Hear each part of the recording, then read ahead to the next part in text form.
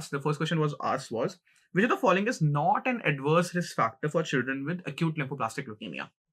The reason I asked this particular question was because as far as ALL is concerned, that is acute lymphoblastic leukemia, the single most important thing that you need to remember for your entrance point of view are the prognostic factors. So let's discuss the prognostic factors one by one. What are the good prognostic factors and what are the poor prognostic factors? So there are certain genetic prognostic factors which are considered good. There are certain genetic prognostic factors which are considered bad, and there are certain clinical factors. All right. So first I am going to discuss the clinical factors, and then later I will tell you about the genetic factors that are good prognostic as far as ALL is concerned or poor prognostic as far as ALL is concerned. Now, as far as the good prognostic factors, clinical ones are concerned, if the age is between 1 to 10 years, all right, if it's a girl child, if the WBC count is less than 50,000 at presentation, and there is no hepatosplenomegaly, or if the hepatosplenomegaly is minimal, you're just palpating the tip of the spleen, just like that. All these things are considered good prognostic factors. All right. Similarly, if the immunophenotype is concerned, BALL is considered better than TALL. And at the same point of time, if there is no CNS or testicular involvement. So the last thing I'm going to write is CNS negative and testes being negative. All these things are considered as good prognostic factor. As far as poor prognostic factor is concerned, if your age is more than 10 years or less than 1 year, it's considered poor prognostic. Boys in general tend to have a poorer prognosis as compared to girls. If the initial WBC count is more than 50,000, then that's also considered to be poor prognostic factor. If hepatosplenomegaly, especially massive hepatosplenomegaly is there, so much so that the spleen is crossing the umbilicus and the liver is crossing the umbilicus, then that's considered a poor prognostic factor. Write a small star here, that is crossing the umbilicus. TALL in general has poor prognosis as compared to BLL, and the rest, that if there is CNS involvement or if there is testicular involvement, then that's also considered to be a poor prognostic factor. Now, as far as the genetic factors are concerned, they were the clinical factors. As far as the genetic factors are concerned, in genetic factors, things which say that you can have a good prognosis, they include your translocation 1221, hyperdiploidy, and trisomy 4710. So if the child has hyperdiploidy, translocation 1221, trisomy 4710, translocation, all these things are considered as good prognostic factor as far as ALL is concerned. And what are the poor prognostic factors? Now, as far as the poor prognostic factors are concerned, these include your translocation 922, which is a BCR-ABL1. It includes a translocation 1719. Some classification also considered translocation 119 as a poor prognostic factor. Similarly, translocation 411 is also considered to be a poor prognostic factor. Why? Because on chromosome 11, you have a gene called as the MLL gene. Now, this MLL gene is the mixed leukemia lineage gene, and whenever this MLL gene is rearranged with any chromosome, so most commonly it is rearranged with chromosome 4, but it can be rearranged with chromosome 9 as well. It can be rearranged with other chromosomes as well. This gene is present on chromosome 11q at the location 11q23, and whenever these MLL gene rearrangements are there, it is considered a poor prognostic factor. This translocation 922 is your BCR-ABL1, but remember, it is not the same as the CML1. Here, the BCR-ABL is a P190 kilodalton protein, and in CML, you have a P210 kilodalton protein.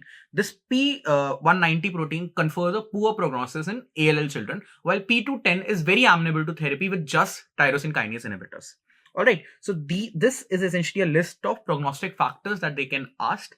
The last prognostic factor which is important is what is called as the response to therapy. Now, as far as the response to therapy is concerned, we judge the response to therapy with the help of something called as prednisolone response. And the second thing that we use is what is called as the MRD, minimal residual disease. In prednisolone response, what we do, in any case of ALL, for the first 7 days, we are going to give steroids. On day 8, we are going to test the absolute blast count. We are going to check the absolute blast count. If the absolute blast count in the peripheral blood after 7 days of steroids, after 7 days of prednisolone is less than 1000, then that's considered a good prednisolone response. If it is more than 1000, it is considered as poor prednisolone response. So if it is poor prednisolone response, it obviously will have a poorer prognosis, while good prednisolone has a response has a good prognosis. And the second way we check response to therapy is MRD. So at the end of induction, EOI, we do bone marrow, aspirate, and we check for minimal residual disease. If minimal residual disease is more than 0.01%, it is considered as MRD positive, and MRD positive has a poor prognosis. If it is less than 0.01%, it is considered as MRD negative, and MRD negative has good prognosis. Remember, MRD negative has good prognosis. So this is essentially a list of all the good and the poor prognostic factors that you need to remember as far as ALL is concerned. I'll again reiterate: 1 to 10 years of age, good. Girl child, good. WBC initially less than 50,000, good. No hepatosplenomegaly or hepatosplenomegaly which is not essentially crossing the umbilicus, good. BLL phenotype, good. And CNS negativity and testicular negativities, good prognosis. If you have CNS involvement, if you have testicular involvement, phenotype is TLL. If there is hepatosplenomegaly, especially if it is crossing the umbilicus, WBC more than 50,000, age more than 10 years or less than 1 year, and in boy children, then you are going to have poor prognosis. As far as the genetic factors are concerned, translocation 1221, hyperdiploidy, trisomy 4710 are going to have good prognosis, while translocation 922, translocation 1719, 119, 411, all these are going to have poor prognosis, Apart from this, since hyperdiploidy has good prognosis, hypodiploidy is also going to have poor prognosis. It's also going to have poor prognosis. All right, now let's see the question. What did the question ask? Which of the following is not an adverse risk factor? By adverse risk factor, obviously we mean which of the following is not a poor risk factor as far as children with ALL is concerned. So translocation 922, we just discussed BCR-ABL is poor prognostic as far as ALL is concerned. So no, this is a poor prognostic factor. 1719, this is also a poor prognostic factor. Hypodiploidy is good, hypodiploidy is bad. Again, this is a poor prognostic factor, and hence the answer in this particular case is going to be option D, translocation 1221. So we discussed this here that translocation 1221 is considered a good prognostic factor, where 922, 1719 and hypodiploidy are poor prognostic factors.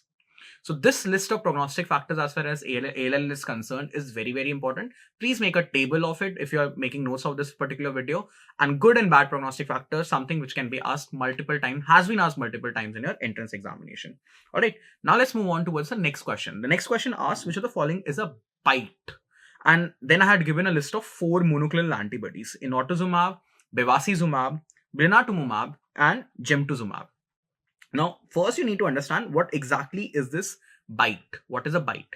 BiTE stands for bispecific T cell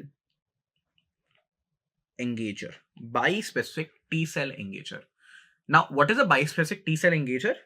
What happens is that this is essentially a monoclonal antibody. Imagine this to be a monoclonal antibody. At one arm of this monoclonal antibody is going to engage with CD3 and hence going to engage with the T cell. So one arm is going to engage with T cell because it is going to engage with CD3. The other arm is going to engage with CD19. It is going to engage with CD19, and the CD19 will be present on BALL blasts. The CD19 is going to be present on BLL blast. So what this monoclonal antibody is going to do, it's going to bring together the BLL blast with the T cell, and then this T cell is going to kill these blasts. It's going to kill these blasts. So that's why it's called as bispecific. Two sites. One site is attaching itself to CD19. The other site is attaching itself to CD3, bringing the BLL blast and the CD3 together, and it is engaging the T cell, and these T cells are then going to kill the BLL blast. Which antibody is this? Which monoclonal antibody is this? I hope you have understood. It is the monoclonal antibody which is your blina. Blina as in blinatumomab. So the correct answer here in this particular question is going to be option C, blinatumomab. Blinatumomab is a bispecific T-cell engager against CD19. So CD19 is present on BALL blast, right? And with one arm, it's going to engage the T-cell. With other arm, it is going to engage the CD19 blast, bringing them together and bringing about a killing of these blasts. All right. Since I've given other options as well here, let's discuss those options too. What is inotuzumab? What is inotuzumab? Inotuzumab is a monoclonal antibody used in the treatment of ALL. It is against CD22. Inotuzumab is against CD22. Bevacizumab, we already know. Bevacizumab is a VEGF inhibitor. It is a VEGF inhibitor. It is used in the treatment of diabetic retinopathy. It is used sometimes in the treatment of retinopathy of prematurity. It is sometimes also used in treatment of certain malignancies like renal cell carcinoma, in the treatment of hepatic tumor sometimes. But overall, in malignancies, less use, more use in children, if I, from what I can recollect, is in the form of retinopathy of prematurity. This gemtuzumab is a monoclonal antibody against CD33. It is a monoclonal antibody against CD33 used in the treatment of AML. All right. So this is as far as your all these four important monoclonal antibodies are concerned. Inotuzumab against CD22, blinatumomab against CD19, your bevacizumab against VEGF, and gemtuzumab against CD33. Moving on towards the next question. The next one is an interesting question. It's a clinical scenario based question. The question basically says that you have a child presenting to the emergency with respiratory distress. All right, fair enough. The X-ray shows mediastinal widening. So mediastinal widening, so probably the mediastinal mass is there. That is causing the respiratory distress. So this will be a case of what? It will be a case of superior mediastinal syndrome. Okay. The TLC is 1 lakh. Probably a leukemia which is causing T acute lymphoblastic leukemia causing superior mediastinal syndrome. That's why you are having high counts as well. If the count is more than 1 lakh, this is also a case of hyperleukocytosis. This is also a case of hyperleukocytosis. You are also having hyperleukocytosis. TLC is 1 lakh. Uric acid is 8.1. You have one criteria. Calcium is 4.5. The child also has TLS. The child also has now TLS. Creatinine is 1.1. Again, slightly on the higher side, but we don't know the baseline value. So I'm not going to say whether the child has AKI presently or not. But definitely the child has TLS because you have uric acid which is more than 8. And you have calcium which is less than 7. All right, so uric acid more than 8 and calcium less than 7. So basically you definitely have your tumor lysis syndrome. Okay. The child has adequate urine output. Okay. Which of the following measures should be done? Now the child is having SMS. The child is having SMS. Sorry, the question is asking which of the following measure should not be done. Which should not be done. So the child is having SMS. In SMS, we know that the cannula is always placed in the lower limb. It's always placed in the lower limb. So obviously option A is something which should be done. Right? Give rasburicase. Yes. You have uric acid which is more than 8. The child is in TLS. TLS is present. You are going to give rasburicase. Fair enough. Give the child calcium gluconate. Why do you want to give calcium gluconate? To correct for the hypocalcemia. But do we give calcium if there is hypocalcemia in a child with TLS? So as far as TLS is concerned, as far as TLS, which is your tumor lysis syndrome, is concerned, in TLS, hypocalcemia, it occurs because the calcium gets chelated with phosphate. All right. That is the reason for hypocalcemia. Phosphate levels go high in the blood because of the lysis of the tumor cells. Phosphate inside the cell gets released into the circulation, and this phosphate then binds to the calcium, causing hypocalcemia. In a case of TLS with hypocalcemia, if you give calcium, that calcium is going to get bound to phosphate, which is going to be present in the blood, resulting in formation of calcium phosphate stone. Those calcium phosphate is going to get precipitated, further leading to AKI, further leading to acute kidney injury. So are you going to give calcium?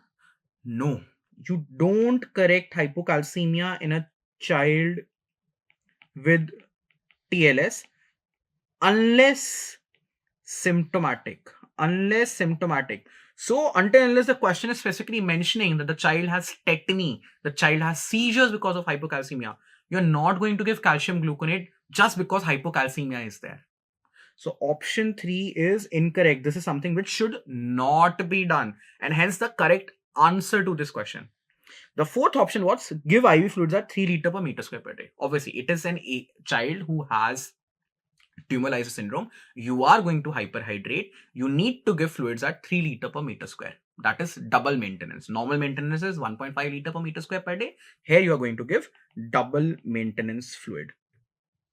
All right. So I hope you have understood the concept that you do not give calcium gluconate. Calcium is not given in TLS until symptoms of hypocalcemia are present. Yes, if the question had mentioned that there were some symptoms of hypocalcemia, like let's say tetany or seizures, then calcium gluconate giving was justified. But if there are no symptoms of hypocalcemia, you do not give calcium in a child who has tumor lysis syndrome.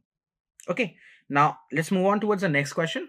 Which of the following drugs is not used? It is not used in the management of sickle cell anemia. Voxelotor, crizanlizumab, hydroxyurea, or benralizumab? It's an easy question. Here the answer is going to be option D. Benralizumab is a monoclonal antibody. It is a monoclonal antibody against interleukin 5 receptor, and it is used in the treatment of asthma. It is used in the treatment of asthma. While all the other drugs, that is your voxelotor, crizanlizumab, and hydroxyurea, are now used in the management of sickle cell anemia. So let's discuss their mechanism of action. So voxelotor, it does what? It prevents HbS polymerization. It prevents HbS polymerization. Okay, that's the main mechanism of action of voxelotor. As far as crizanlizumab is concerned, it is a monoclonal antibody. Monoclonal antibody against P-selectin. Now, by inhibiting P-selectin, it does not allow the sickled RBCs to get attached to the capillaries. And because it does not allow the sickled RBCs to get attached to the capillaries, the vaso-occlusive crises do not occur. So, by inhibiting P-selectin, by attacking P-selectin, it does not allow, it decreases the incidence of vaso-occlusive crisis in sickle cell disease and sickle cell anemia. And we all know that we use hydroxyurea. Why is hydroxyurea used? It increases HbF, and because it increases HbF, it decreases HbS, and as a result, the symptoms and the signs of sickle cell is reduced. So these are the 3 drugs that are used in the management of sickle cell anemia. Voxelotor, how does it act? Voxelotor acts by preventing HbS polymerization. How does crizanlizumab act? It inhibits, it's a monoclonal antibody against P-selectin, does not allow the vaso-occlusive crisis to occur. And last but definitely not the least, hydroxyurea, it increases HbF. Now let's move on towards the next question. The next question is, which of the following is a ribosomopathy? Fanconi anemia, Diamond-Blackfan anemia, idiopathic aplastic anemia, or thalassemia? Here the correct answer to this question is option B, that is your Diamond-Blackfan anemia. So rest of the options, so let's say idiopathic aplastic anemia, it usually has a immunological basis, essentially an autoimmune basis. That is the reason we give steroids. That is the reason we give cyclosporin and tacrolimus, which act against your calcineurin, which are calcineurin inhibitors, because to decrease the autoimmunity. As far as thalassemia is concerned, we all know why does thalassemia occur? It can occur because of the deletion of the beta globin or the alpha globin chain. So it is not at all a ribosomopathy. So some deletion or some mutations are occurring in the beta globin chain or the alpha globin chain. So there is a beta globin or alpha globin chain. It is essentially a hemoglobinopathy. It is not a ribosomopathy. Diamond-Blackfan anemia is a ribosomopathy. So most of the times they have mutation in genes like RBL5, RBL11, and so on and so forth, which are involved in ribosomal assembly. And when this ribosomal assembly fails, it results in a pancytopenia-like condition. That is what is called as Diamond-Blackfan anemia. So Diamond-Blackfan anemia is a ribosomopathy. Alright, well, Fanconi anemia occurs because of mutations in FANC genes. It occurs because of mutation in genes called as FANC genes, which are involved in DNA repair. They are involved in DNA repair. So DNA repair mechanism is disrupted in Fanconi anemia, which results in pancytopenia, which results in the other characteristic physical manifestation of Fanconi anemia, like short stature, your limb abnormalities, your skin manifestation like cafe olive spots, like that. So Fanconi anemia occurs because of FANC gene mutations that are involved in DNA repair. Fanconi anemia is also not a ribosomopathy. The answer here is going to be option B, Diamond-Blackfan anemia. All right.